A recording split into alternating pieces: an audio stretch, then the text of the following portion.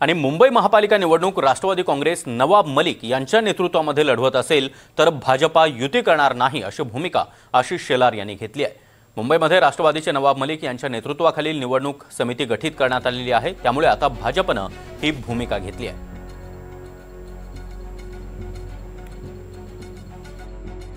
पहिली तीच होती, आजही तीच आहे, उद्याही तीच राहील।